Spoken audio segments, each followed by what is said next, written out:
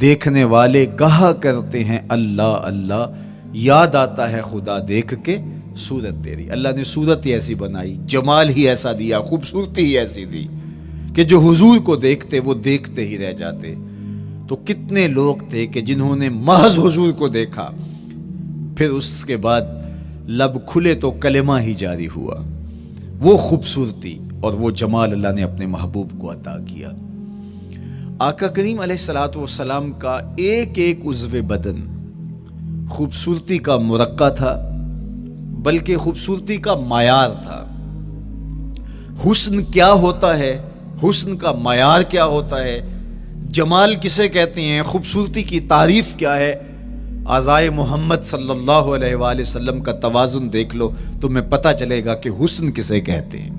حضور علیہ السلام کو اللہ تعالیٰ جل شانہ نے جو حسن بخشا، جو جمال دیا، جو خوبصورتی دی، وہ حضور کے مبارک قدموں سے اس کا انداز کیجئے کہ جس کے قدم اتنے سونے ہیں اس کا چہرہ کتنا سونا ہوگا۔ حضرت عبداللہ بن بریدہ رضی اللہ تعالی عنہ حضور کے مبارک قدموں کا ذکر کرتے ہوئے وصف جمال محمد کی کہانی چھیڑتے ہیں اور فرماتے ہیں کان رسول اللہ صلی اللہ علیہ وآلہ وسلم احسن البشر قدما، کہتے ہیں کہ کائنات میں جتنے سونے قدم میرے حضور کے تھے کسی کے تھے ہی نہیں۔ جو جمال اللہ نے حضور کے مبارک قدموں کو دیا تھا، اللہ اکبر، وہ کسی اور کا مقسوم نہیں تھا۔ خوبصورت قدم۔ اور حضرت انس رضی اللہ تعالیٰ عنہ، حضرت ابو ہریرہ رضی اللہ تعالیٰ عنہ اور حضور کے وصاف ہیں حضرت ہند بن ابی حالہ رضی اللہ تعالیٰ عنہ، یہ حضور کا حلیہ بیان کرتے ہیں۔ حضرت امام حسن بن علی رضی اللہ تعالیٰ عنہ نے حضرت ہند بن ابی حالہ کو ایک دن کہا کہ مجھے اپنے آقا و مولا کا حلیہ بتاؤ، تو انہوں نے حضور کا حلیہ بیان کیا۔ یہ حضور کے وصاف ہیں، چونکہ انہوں نے حضور علیہ السلام کو بہت قریب سے دیکھا اور آقا کریم علیہ السلام کی زیارت سے مالا مال ہوئے۔ ویسے حضرت امام حسن نے بھی تو حضور کو دیکھا تھا اور بھی اصحاب نے حضور کو دیکھا تھا۔ یہاں یہ بات دلچسپی سے خالی نہیں ہے کہ صحابی ہی تب بنتا ہے جب وہ حضور کو بنظر ایمان دیکھے، لیکن صحابہ ایک دوسرے سے پوچھتے تھے کہ بتاؤ حضور کیسے تھے، میاں تم نے نہیں دیکھا؟ تو وہ کہتے تھے دیکھ کر بھی نہیں دیکھا۔ صرف چند لوگ ہیں جو حضور کا حلیہ بیان کرتے ہیں۔ اس کی کیا وجہ؟ تو علماء نے لکھا کہ حضور کے چہرے پہ جلووں کی تابش ایسی تھی اور حضور کا جمال ایسا تھا اور اس کی چمک ایسی تھی کہ کسی میں ہمت ہی نہیں تھی کہ وہ جی بھر کے دیکھ سکے۔ تو بعد میں ایک دوسرے سے پوچھتے تھے بتاؤ تم نے دیکھا تو حضور کیسے تھے؟ اگر ان لوگوں کی تعداد میں آپ کو بتاؤں تو 3 درجن سے زیادہ نہیں ہوگی جو حضور علیہ السلام کے وصاف ہیں، حضور کے حلیہ نگار ہیں، جو آقا کریم علیہ الصلوۃ والسلام کی صورت کا نقشہ بیان کرتے ہیں۔ دیکھا 1,24,000 اصحاب نے ہے، لیکن جو وصف بیان کرتے ہیں، شمائل رسول کو بیان کرتے ہیں، ان کی تعداد 3 درجن سے زیادہ نہیں ہے۔ اور یہ بھی وہ لوگ ہیں جنہوں نے حضور کو بچپن میں دیکھا، جنہوں نے حضور کو سوئے ہوئے دیکھا، حضور کو بہت قریب سے دیکھا۔ حضور علیہ الصلوۃ والسلام کے پاس ان کا آنا جانا بہت زیادہ تھا، اس طرح انہوں نے حضور علیہ السلام کو دیکھا۔ حضرت حسان بن ثابت رضی اللہ تعالی عنہ فرماتے ہیں کہ میں جو حضور کا حلیہ بیان کرتا ہوں تو اس کا سبب یہ ہے کہ میرے پاس حضور کو دیکھنے کا ایک طریقہ آ گیا تھا۔ فلما نظرت الى انوارہ فودعت کفی علی عینی خوفا من ذہاب بصری، کہا کہ جب میں حضور کو دیکھتا تھا تو اپنی آنکھوں پر انگلیاں رکھ کے انگلیوں کی اوٹ سے دیکھتا تھا کہ حضور کے جلووں کی چمک سے میری آنکھوں کی بینائی نہ جاتی رہے۔ یہ کون کہہ رہے ہیں؟ حضرت حسان بن ثابت رضی اللہ تعالیٰ عنہ۔ اور آپ جانتے ہیں حضرت حسان بن ثابت رضی اللہ تعالیٰ عنہ شاعر ہیں، اور شاعر حسن دیکھنے میں بڑا دلیر ہوتا ہے، اور یہ حسن بھی ابھی پوشیدہ ہے، 70,000 بشریت کے پردے ڈالے گئے ہیں۔ اگر یہ حسن بے نقاب ہوتا تو کوئی جلووں کی تاب ہی نہ لا سکتا۔ یہی بہتر ہے کہ وہ پردے میں رو پوش رہے، وہ اگر پردہ اٹھا دے تو کسے ہوش رہے۔ کس کی ہمت تھی؟ اب چھپا ہوا مستور حسن بھی اگر دیکھتے ہیں تو آنکھوں پہ انگلیاں رکھ کے دیکھتے ہیں، اور بیان کرنے والوں کی تعداد میں نے عرض کی کہ 3 درجنوں سے زائد نہیں ہے۔ تو یہ وہ لوگ ہیں جنہوں نے حضور کو دیکھا۔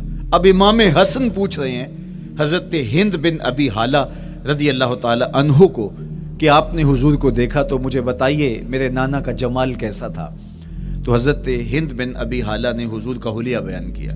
تو جب حضور کے قدموں کی کہانی انہوں نے بیان کی تو حضرت ہند بن ابی حالہ نے کہا کان نبیو صلی اللہ علیہ وآلہ وسلم شسن القدمین والکفین، حضور علیہ السلام کے مبارک قدم اور حضور کی ہتھیلیاں پرگوشت تھے۔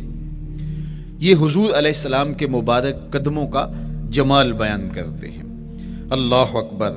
اور حضور علیہ السلام کے قدموں کے بارے میں امام ترمذی جو شمائل میں حدیث لائے ہیں اس میں انہوں نے یہ بھی بیان کیا کان رسول اللہ صلی اللہ علیہ وسلم مسیح القدمین، حضور علیہ السلام کے مبارک قدم ملائم تھے، خوبصورت تھے، کھردرے نہیں تھے، کوئی پھٹن نہیں تھی۔ عمومی طور پہ قدم پھٹ جاتے ہیں اور ایڑیاں بہت سارے لوگوں کی پھٹ جاتی ہیں تو وہ خوبصورتی باقی نہیں رہتی۔ تو وہ کہتے ہیں کہ حضور مسیح القدمین تھے، اور جب آقا کریم علیہ الصلوۃ والسلام کے مبارک قدموں پہ پانی ڈالا جاتا تو وہ ڈھل کے نیچے چلا جاتا۔ یہ تھا حضور کے قدموں کا حسن اور حضور کے قدموں کا جمال۔ اچھا، آقا کریم علیہ السلام کی جو مبارک ایڑیاں تھیں وہ زیادہ پرگوشت نہیں تھیں، ان کے اوپر گوشت زیادہ نہیں چڑھا تھا، اس لیے کہ ایڑیوں کا زیادہ پرگوشت ہونا ایڑیوں کے حسن کو زائل کر دیتا ہے۔ حسن کا مرقع ہی جمال مصطفیٰ ہے، تو اس لیے اللہ نے ایک ایک عضو کو تراش کر کے بنایا ہے، بلکہ پوچھ پوچھ کے بنایا ہے۔ جس طرح حسان بن ثابت رضی اللہ تعالی عنہ کہتے ہیں کأنک قد خلقت کما تشاء، محبوب مجھے تو یوں لگتا ہے جس طرح آپ کے رب نے آپ کو آپ سے پوچھ کے بنایا ہے کہ محبوب بتاؤ کہ میں آپ کے اعضاء کو کیسے توازن اور کیسے حسن اور کیسے جمال دوں۔ تو حضور کی مبارک ایڑیاں یہ پرگوشت نہیں تھیں، باقی حضور کے پاؤں پرگوشت تھے اور کوئی پھٹن نہیں تھی، بالکل نرم گداس اور بالکل جو ہے وہ ملائم تھے، اور جب پانی ڈالا جاتا تو پانی ڈھل کے نیچے 1 سیکنڈ میں آ جاتا۔ یہ اللہ نے محبوب کو حسن دیا۔ حضرت ہند بن ابی حالہ نے کہا کہ حضور کے مبارک تلوے جو تھے وہ درمیان سے اٹھے ہوئے تھے، ایڑیوں سے لے کر کے انگلیوں تک یہ تلوہ کہلاتا ہے، جو اس کا نچلا حصہ جو زمین سے مس کرتا ہے، اور اس میں جو درمیان والا حصہ ہے یہ اٹھا ہوا ہو اور بالکل پاؤں سیدھا نہ ہو تو یہ پاؤں کا حسن ہے۔ پاؤں کا بالکل سیدھا ہو جانا یہ پاؤں کے حسن کو زائل کر دیتا ہے۔ اس میں تھوڑا سا خم ہو، جب چلے تو انگلیاں اور پنجے کا جو ہے وہ آگے والا حصہ زمین پہ لگے اور ایڑی لگے، اور درمیان والا حصہ زمین پہ نہ لگے، تو یہ حسن ہوتا ہے کسی کے پاؤں کے تلوے کا۔ اللہ نے محبوب کے مبارک قدم کی پشت کو بھی حسن دیا، حضور کے تلووں کو بھی حسن دیا، حضور کی ایڑیوں کو بھی حسن دیا۔ سائل الاطراف، حضور کی مبارک انگلیاں قدرے لامبی تھی، اور یہ حسن ہوتا ہے۔ انگلیاں چھوٹی ہوں، ان کا قد پست ہو تو پاؤں کی خوبصورتی دکھائی نہیں دیتی، لیکن اللہ نے اپنے محبوب کی انگلیوں کو بھی ایک لمبائی عطا کر کے اس کو بھی ایسا جمال دیا تھا یار جو پاؤں کو دیکھتا رہے وہ پاؤں کو ہی دیکھتا رہ جائے۔ اللہ اکبر۔ اچھا، بعض احادیث میں آتا ہے کہ حضور علیہ السلام کے مبارک تلوے جو ہیں لیس لہا اخمس، یہ لفظ ہیں کہ وہ اخمس نہیں تھے، یعنی وہ درمیان سے اٹھے ہوئے نہیں تھے۔ تو اس کا کیا مطلب ہے؟ یہ حضرت ابو ہریرہ رضی اللہ تعالیٰ عنہ سے جو مروی روایت ہے اس میں یہ ہے لیس لہا اخمس، اور حضرت ہند بن ابی حالہ سے جو حضور کے مبارک تلووں کا حسن بیان کیا گیا ہے تو اس میں یہ بیان کیا گیا ہے کہ حضور علیہ الصلوۃ والسلام کا مبارک قدموں کا تلووں کا حسن یہ تھا کہ وہ درمیان سے تھوڑے سے اٹھے ہوئے تھے اور یہ خوبصورت پاؤں کا جمال ہوتا ہے۔ تو ان دو چیزوں میں علماء نے تطبیق کی ہے۔ اللہ ان علماء کی قبروں پر رحمتیں نازل کرے جو حضور کے حسن پہ، حضور کے جمال پہ گفتگو کرتے رہے، اور ایک ایک عضو پر انہوں نے کئی کئی صفحات لکھے اور کتابیں انہوں نے تحریر کی حضور کے جمال پر۔ اب حضرت ہند بن ابی حالہ رضی اللہ تعالی عنہ، انہوں نے تو حضور کو گھر میں دیکھا تھا، یہ حضرت خدیجۃ الکبریٰ رضی اللہ تعالی عنہا کے فرزند تھے ابو حالہ سے۔ اب انہوں نے تو دیکھا، اب حضور لیٹے ہیں تو انہوں نے حضور کے پاؤں کو دیکھا کہ درمیان میں ہلکا سا خم ہے اور یہ پاؤں کا جمال ہے۔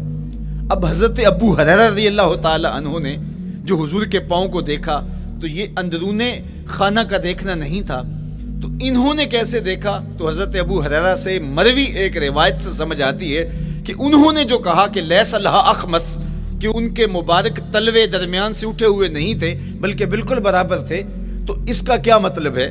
تو حضرت ابو ہریرہ سے ایک روایت مروی ہے، وہ فرماتے ہیں کہ جب حضور علیہ السلام کسی چٹان کے اوپر چلتے تو حضور علیہ الصلوۃ والسلام کا وہاں قدم پڑتا تو وہ اس چٹان کے اندر حضور کا قدم گھس جاتا، وہ موم کی طرح چٹان نرم ہو جاتی۔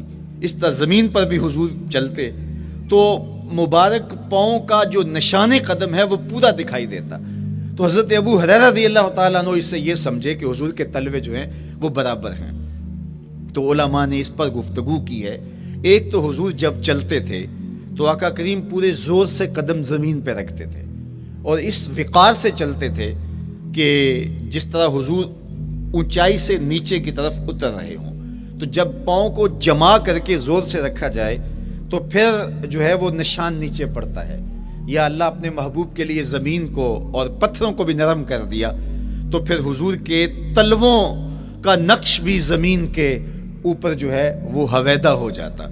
سلطان قاتبائی نے ایک ایسا ہی پتھر جس کے بارے میں شنید تھی کہ اس پر حضور کے قدموں کا نقش موجود ہے، تو انہوں نے 20,000 دینار کے اندر وہ خریدا اور انہوں نے یہ کہا کہ جب میں فوت ہو جاؤں تو حضور کے قدموں کے نشان والا پتھر میری قبر کے سرہانے بطور کتبہ لگایا جائے۔ علامہ شہاب الدین خفاجی علیہ رحمہ لکھتے ہیں ہوا موجود الی الآن، وہ اپنے دور میں کہانی بیان کہتے ہیں وہ آج بھی سلطان قاتبائی کی قبر کے سرہانے وہ پتھر نصب ہے جہاں حضور کے قدموں کے نشان موجود ہیں۔ اللہ اکبر۔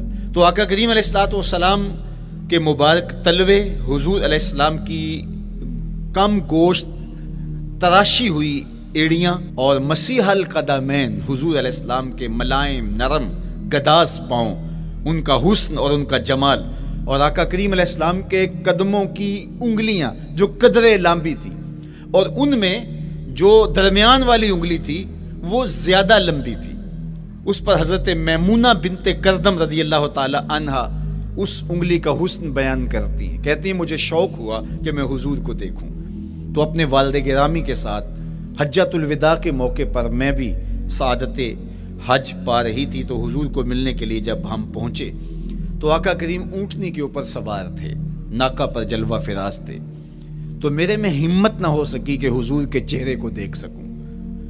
ایسا جلوہ، ایسا جمال، اللہ اکبر، اور ایسا روب اور ایسی چمک چہرے کی اور تابشیں تھیں کہ میرے اندر ہمت نہ ہو سکی کہ میں حضور کے چہرہ نور کو دیکھ سکوں۔ اب آقا کریم اونٹنی پہ سوار تھے تو میں حضور کے مبارک پاؤں کو دیکھنے لگی، میں بس حضور کے پاؤں کا جمال اور خوبصورتی دیکھنے لگی، اسی میں کھو گئی۔ اب حضرت میمونہ بنت کردم رضی اللہ تعالی عنہا حضور کے مبارک قدموں کی ایک انگلی کا حسن بیان کرتی ہیں۔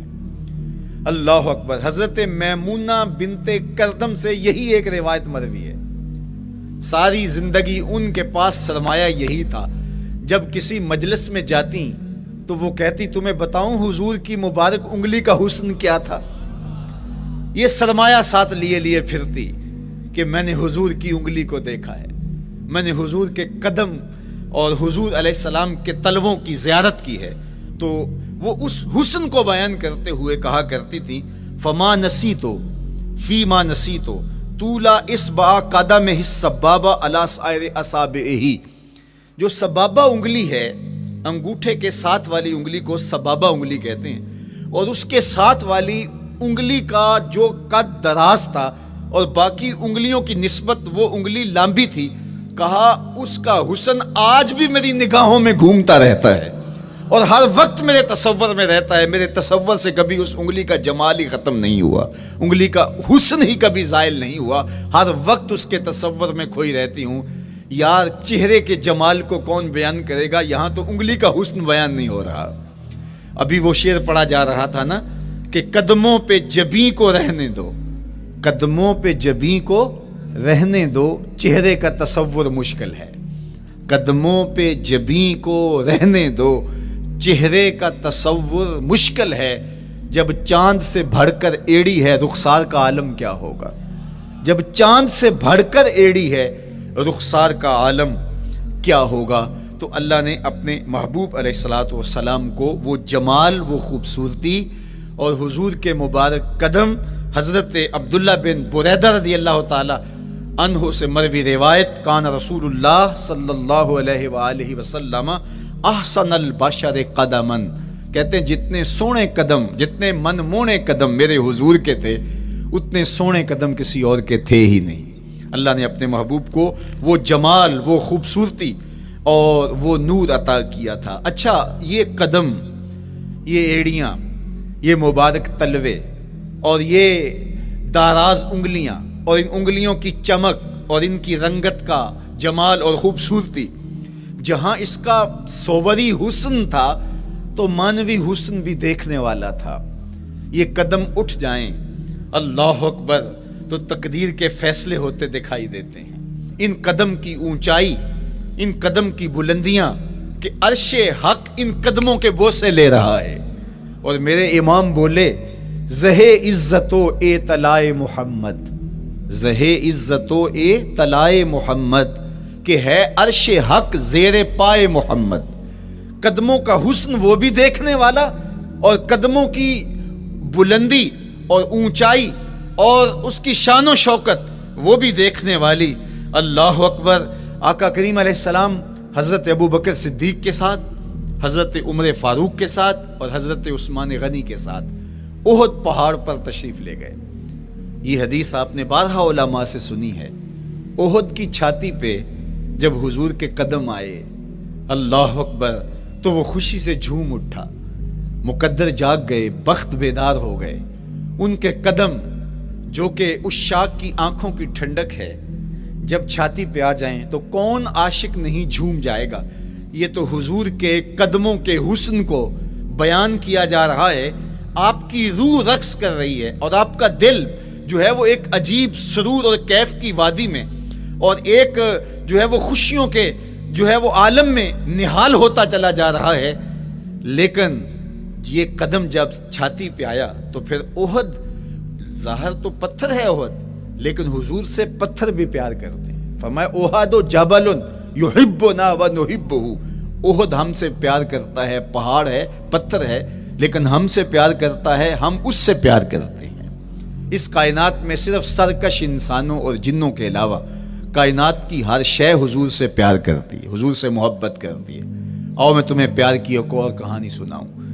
مسجد نبوی ہے، آقا کریم تشریف فرما ہیں، منبر پہ جلوہ فراز ہوئے، ابھی واز کا آغاز ہی کرنا چاہ رہے تھے کہ ایک جانب سے رونے کی آواز آنے لگی۔ صحابہ کہتے ہیں رونے والا اس درد سے روتا ہے کہ لگتا تھا کلیجہ پھٹ جائے گا۔ کنا قتل خلوچ، جس طرح اونٹنی کا بچہ بچھڑ جائے اور وہ اس کے غم میں، اس کی جدائی میں درد سے روکتی ہے، چیختی ہے، چلاتی ہے، رونے والے کا انداز درد ایسا ہی تھا اور لگتا تھا کہ جس طرح اس کا کلیجہ پھٹ جائے گا۔ صحابہ دائیں بائیں دیکھتے ہیں لیکن رونے والا دکھائی بھی نہیں دیتا، اور ماحول کے اندر اس طرح درد پھیل رہا ہے کہ سینوں میں دل لرز رہے ہیں اور عجیب کیفیت طاری ہو گئی۔ حضور ابھی بیٹھے ہیں، خطبے کا آغاز بھی نہیں ہوا اور رونے والا کیف و درد میں روتا چلا جا رہا ہے۔ فنزل النبی صلی اللہ علیہ وسلم عن المنبر، حضور منبر سے نیچے تشریف لائے۔ صحابہ کی آنکھیں محو حیرت ہیں، استجاب کا عالم ہے، یہ کون رو رہا ہے اور اتنے درد سے رو رہا ہے اور دکھائی بھی نہیں دے رہا۔ آقا کریم ممبر سے نیچے جلوہ فراز ہوئے، ایک سمت بڑھے، کھجور کا خشک تنا پڑا تھا۔ آج پہلا دن تھا کہ ممبر حضور علیہ السلام کے لیے بچھایا گیا، ورنہ یہ خشک تنا دیوار کے ساتھ جو ہے وہ رکھا گیا تھا اور حضور اس کے ساتھ ٹیک لگا کر کے واز کیا کرتے تھے۔ جب ممبر بن گیا تو اس کو اٹھا کر کے اب اس کی ضرورت نہیں رہی، ایک کونے میں ڈال دیا گیا۔ اب جو ہی حضور ممبر پہ تشریف فرما ہوئے تو اس خشک تنے کا کلیجہ لرز اٹھا اور وہ ایسے روتا تھا جس طرح اونٹنی کا بچہ بچھڑ جائے اور وہ روتی ہے، اس طرح وہ خشک تنا رو رہا تھا۔ اس تنے ہنانا در ہجر رسول زارمی نالت جو ارباب عقول، جس طرح عقل والے، جس طرح جو ہے وہ فہم و ادراک رکھنے والے لوگ روتے ہیں درد سے، وہ رو رہا تھا۔ آقا کریم علیہ السلام اس کے پاس گئے اور اس کو اپنی آغوش میں سمیٹ لیا۔ بچھڑا ہوا بچہ جب اپنی ماں کو ملے تو اس کی ہچکیاں بن جاتی ہیں، اس کی گھگھی بن جاتی ہے، تو یہی کیفیت اس کی ہو گئی، اور آقا کریم اپنا دستے رحمت اس کے اوپر پھیرتے چلے جاتے ہیں۔ بتدریج اس کی سسکیاں، اس کے رونے کی آواز کم ہوتی چلی جا رہی ہے۔ آہستہ آہستہ وہ خاموش ہو گیا۔ حضور پھر دوبارہ تشریف لائے اور ممبر پہ خطبہ دینے سے قبل صحابہ کی آنکھوں میں استعجاب کا عالم دیکھا، حیرت کی فراوانی دیکھی۔ فرمایا کہ تم جو سوال کرنا چاہ رہے ہو، جو تمہاری آنکھوں میں پوشیدہ سوال ہے، میں اس کو اچھی طرح جانتا ہوں۔ لو لم افعل ہاکذا لحن الی یوم القیامہ، اگر میں ممبر سے اتر کے اپنے عاشق زار کو یوں تسلی نہ دیتا، یہ قیامت تک یوں ہی روتا ہی رہتا۔ حضرت محمد بن سیرین رضی اللہ تعالیٰ عنہ کہا کرتے تھے کہ حضور کی محبت میں ایک خشک تنا بھی زار و زار روئے تو جس کے سینے کے اندر محبت بھرا دل ہے تو وہ حضور کے عشق میں آنسو کیوں نہیں بہائے گا؟ حضور کی یاد میں اس کی آنکھیں آنسو کا خراج کیوں نہیں دیں گی؟ تو وہ خشک تنا حضور کی محبت میں رو رہا ہے۔ اب ہے یہ پتھر، لیکن میرے حضور فرماتے ہیں کہ یہ پہاڑ مجھ سے پیار کرتا ہے اور میں اس سے پیار کرتا ہوں۔ اب حضور اپنے اس محب کے گھر تشریف لے گئے اور اس کی چھاتی پہ قدم رکھا تو وہ خوشی سے جھوم اٹھا۔ فضاربا برجلہ ہی، اپنا مبارک پاؤں زور سے مارا۔ فقال اثبت احد فانما علیک نبی و صدیق و شہیدان، فرمایا احد ٹھہر جا، تیرے اوپر اللہ کا ایک نبی ہے، ایک صدیق اور 2 شہید ہیں۔ تو حضور کی مبارک ایڑی کے لگنے کی دیر تھی، حضور کے قدم کی ضرب کی دیر تھی کہ اس کا زلزلہ تھم گیا۔ میرے امام بولے ایک ٹھوکر سے احد کا زلزلہ جاتا رہا، ایک ٹھوکر سے احد کا زلزلہ جاتا رہا، رکھتی ہیں کتنا وقار اللہ اکبر ایڑیاں، جس کے حسن کے قصیدے میرے رب نے بھی بیان کیے ہیں۔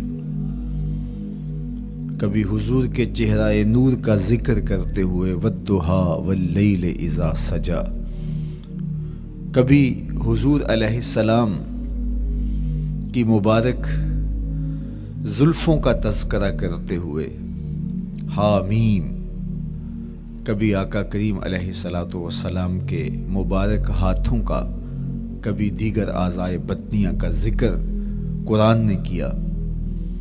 حضور کے سینہ اقدس کی کہانی قرآن نے بیان کی، حضور علیہ الصلوۃ والسلام کی مازاغ آنکھوں کا تذکرہ قرآن نے کیا، تو پھر یہ محبوب اور مرغوب موضوع کیوں نہ ہوتا؟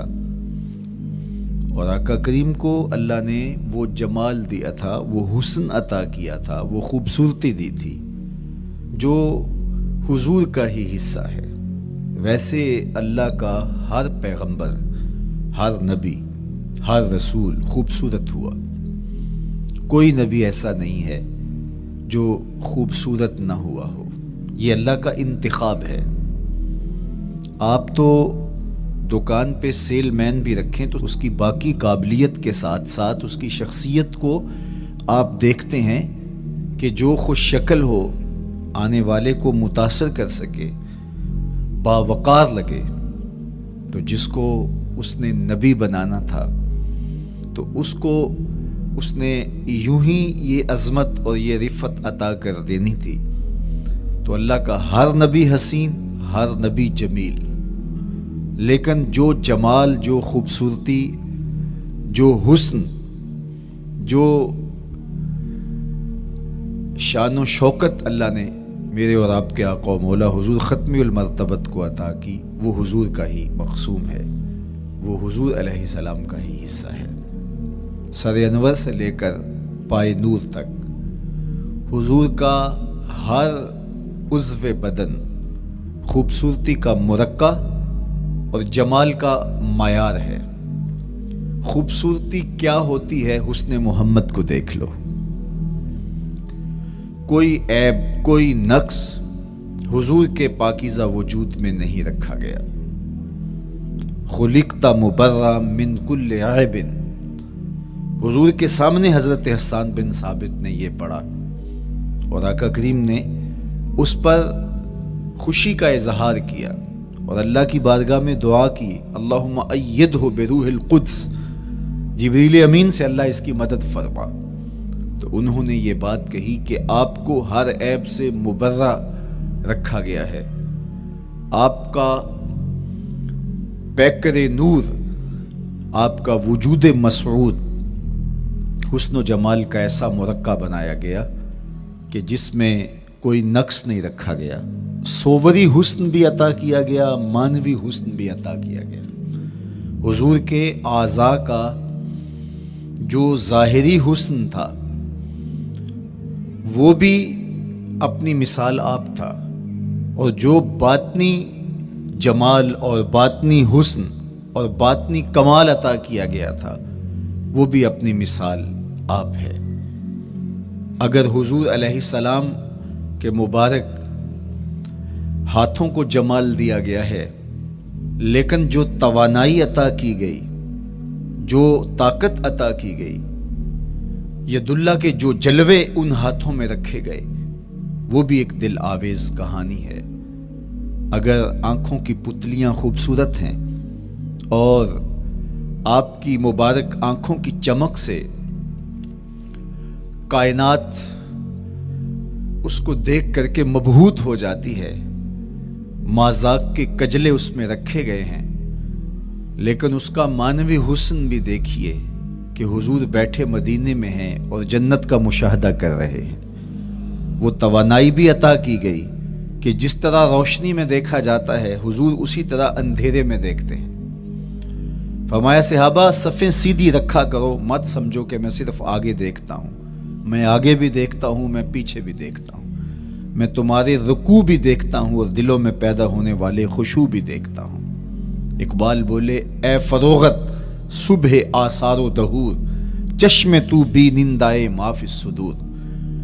لوگوں کی نظریں تو سینے کے اوپر دیکھتی ہیں، اے آمنہ کے در یتیم، تیری نظر تو سینے کے اندر چھپے راز بھی دیکھتی ہے۔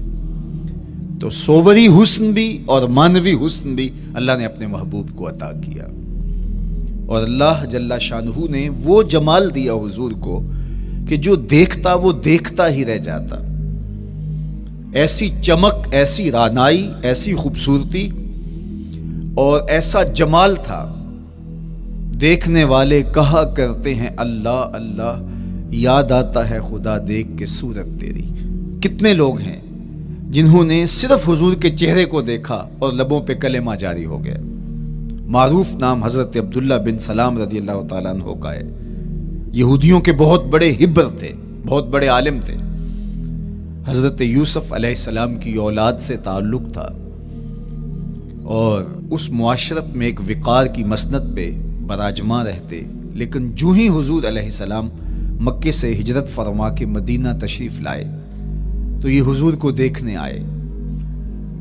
با فضل الصدقہ اٹھا کر دیکھیے کہ ایک مناظرہ ترتیب دیا انہوں نے کہ ان سے یہ بات کروں گا، یہ سوال کروں گا، یہ اعتراض اٹھاؤں گا، لیکن جب حضور کی مجلس میں پہنچے اور آقا کریم علیہ السلام کے رخ زیبا کو دیکھا تو سارے سوال بھول گئے۔ رومی بولے، اے لقائے تو جواب ہر سوال، حل شود ہر مشکلت بے کی لوکال۔ تیری ملاقات ہی تو سارے سوالوں کا جواب ہے، تیرا ایک بار دیکھ لینا ہی تو سارے مسئلے حل کر دیتا ہے۔ تو سوالات کا ایک ڈھیر اٹھائے لائے تھے، ایک گٹھڑی باندھ کے لائے تھے سر پہ رکھ کے، لیکن جو ہی حضور کو دیکھا تو وہ جو گٹھڑی باندھ کے لائے تھے اس کی گرہیں ڈھیلی ہونے لگی، پھر سوال تتلیوں کی طرح اڑنے لگے، اور حضور کو دیکھا تو کوئی سوال ہی باقی نہ رہا۔ اب آقا کریم نے فرمایا عبداللہ ابن سلام آؤ کدھر آئے ہو؟ یہ تو مناظرہ کرنے آئے تھے، سودا لینے کے لیے بازار گئے ہم، ہاتھ اس کے بکے جس کے خریدار گئے۔ لیکن جب آقا کریم نے پوچھا کہ آؤ کدھر آئے ہو تو انہوں نے کہا حضور میں آپ کا غلام بننے آیا ہوں، تیری تک کے ادامہ میں مرید ہو گئی، حضور کے ہاتھ پہ بیعت اسلام کر لی۔ اب جن لوگوں نے عبداللہ ابن سلام کو تیار کر کے بھیجا تھا وہ امید میں تھے کہ تھوڑی دیر کے بعد ہم سنیں گے کہ انہوں نے سخت سوال کیے اور مسلمانوں کے نبی ان کا جواب نہیں دے پائے، لیکن جب ان کے کانوں تک یہ خبر پہنچی کہ عبداللہ بن سلام نے تو کوئی سوال ہی نہیں کیا بلکہ وہ محبوب کی نگاہوں کا شکار ہو گئے، اور انہوں نے دیکھتے ہی حضور پر تن من سب کچھ نچھاور کر دیا اور لبوں پہ کلمہ جاری ہو گیا، تو وہ صبر نہ کر سکے اور عبداللہ ابن سلام کے پاس پہنچے اور جا کے کہا کہ تو نے یہودیت کی ناک خاک آلود کر دی، تم نے کوئی سوال کیا ہوتا، انہوں نے جواب دیا ہوتا اور پھر تم نے مان لیا ہوتا تو ہم سمجھ جاتے کہ ایک عالم تھا، علمی پیاس بجھ گئی، مطمئن ہو گیا، لیکن یہ عجیب کہانی ہے، سنا ہے تم نے کوئی سوال بھی نہیں اٹھایا، انہوں نے جواب بھی نہیں دیا، بس تم نے ان کو دیکھا اور دیکھتے ہی تمہارے لبوں پہ کلمہ جاری ہو گیا، تو یہ کیا کہانی ہوئی؟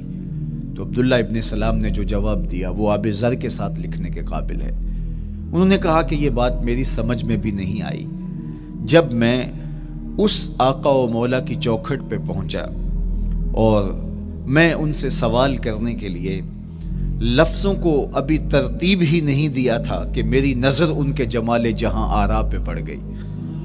اب عبداللہ بن سلام کے لفظ سنیے، فرماتے ہیں فلما تبینت وجہہ عرفت ان وجہہ لیس بوجہ کذاب، جب میں نے ان کے جمال جہاں آرا کو دیکھا، چہرہ نور کو دیکھا، رخ زیبا کی زیارت کی، تو میں نے پہچان لیا یہ چہرہ کسی جھوٹے کا ہو ہی نہیں سکتا ہے۔ دیکھنے والے کہا کرتے ہیں اللہ اللہ، یاد آتا ہے خدا دیکھ کے صورت تیری، اللہ نے صورت ہی ایسی بنائی، جمال ہی ایسا دیا، خوبصورتی ہی ایسی دی کہ جو حضور کو دیکھتے وہ دیکھتے ہی رہ جاتے۔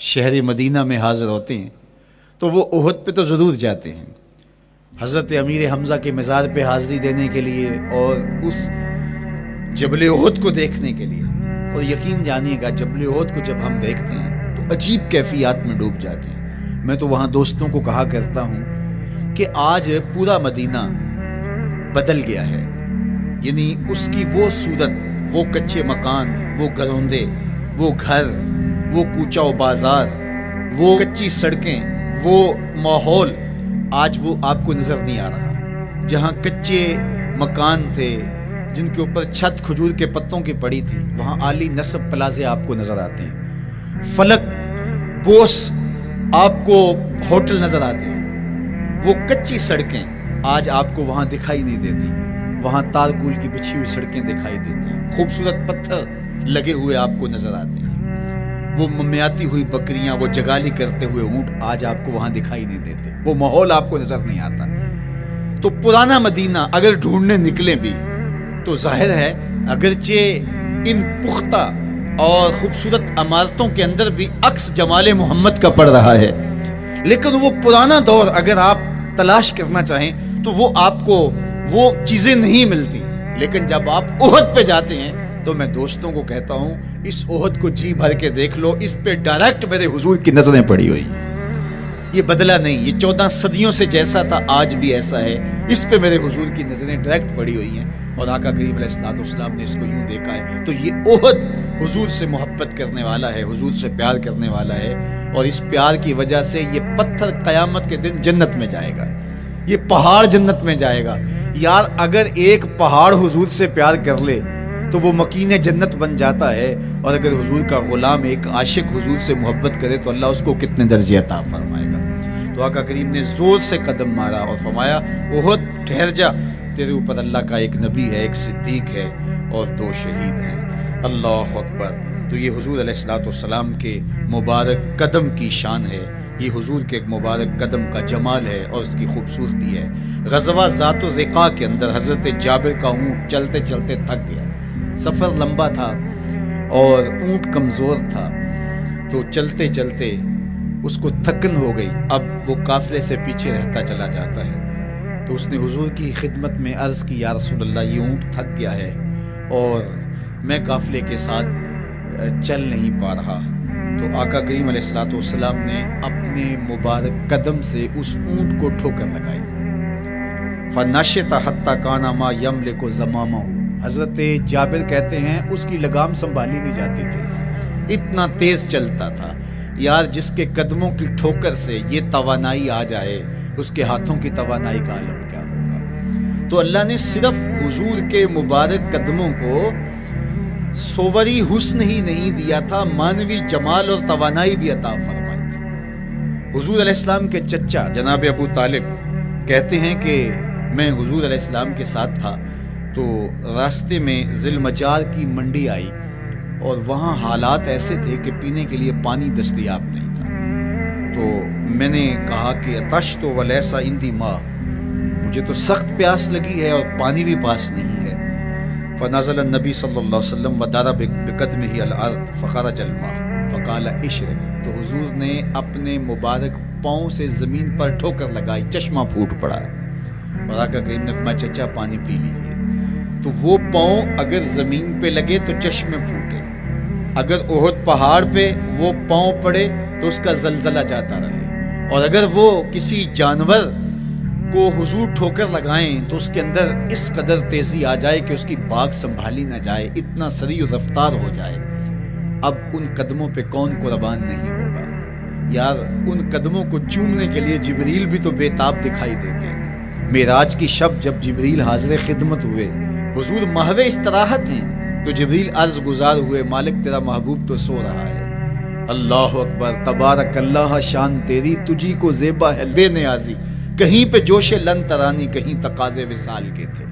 ایک کوہ طور پہ خود چل کے جاتا ہے اور عرض گزار ہوتا، رب آرنی انظر الیک، مالک تجھے دیکھنا چاہتا ہوں۔ اللہ اکبر، سراپا چشم بنا ہوا ہے اور کہتا ہے مالک میں تجھے دیکھنا چاہتا ہوں۔ جواب کیا آتا ہے؟ لن ترانی، تم نہیں دیکھ سکتے، میرے جلووں کی تاب نہیں لا سکتے۔ ایک خود چل کے جا رہا ہے اور تقاضۂ رویت کرتا ہے، اور جواب آتا ہے لن ترانی۔ اور ایک سویا ہوا ہے چادر اوڑھ کے، اور جبریل کہتے ہیں محبوب اٹھیے، رب آپ کو بلا رہا ہے۔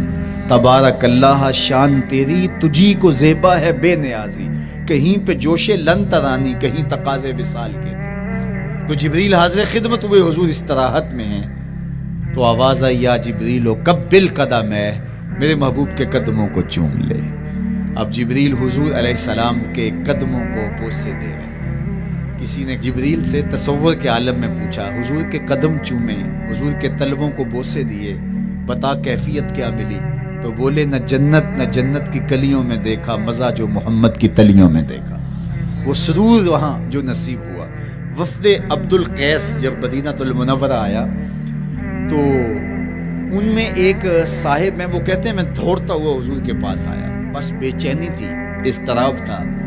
جب آپ مدینہ المنورہ میں جاتے ہیں تو آپ کو جا کے گاڑی اتارتی ہے اور آپ ہوٹل میں سامان رکھتے ہیں، تو پھر کتنی جلدی ہوتی ہے کہ جلدی سے غسل کریں اور جلدی سے نیا لباس پہنیں اور جا کے ہرے گنبد کو دیکھیں، حضور کی مبارک مسجد کی زیارت کریں، ان کوچہ و بازار میں جائیں جہاں حضور کے مبارک قدم لگے تھے۔ اللہ اکبر۔ تو اب یہ وفد عبد القیس جب آیا تو ان میں ایک صحابی حضرت زرع رضی اللہ تعالیٰ عنہ فرماتے ہیں کہ میں پھر تیزی کے ساتھ گیا اور پھر ہم جا کے حضور کے ہاتھ بھی چومنے لگے، حضور کے قدم بھی چومنے لگے۔ یہ سعادت مند قدم جن کے بوسے صحابہ دیتے ہیں، کبھی جبریل کے بوسہ گاہ بنتے ہیں، کبھی احد پہاڑ کی چھاتی ان قدموں کو چومتی ہے۔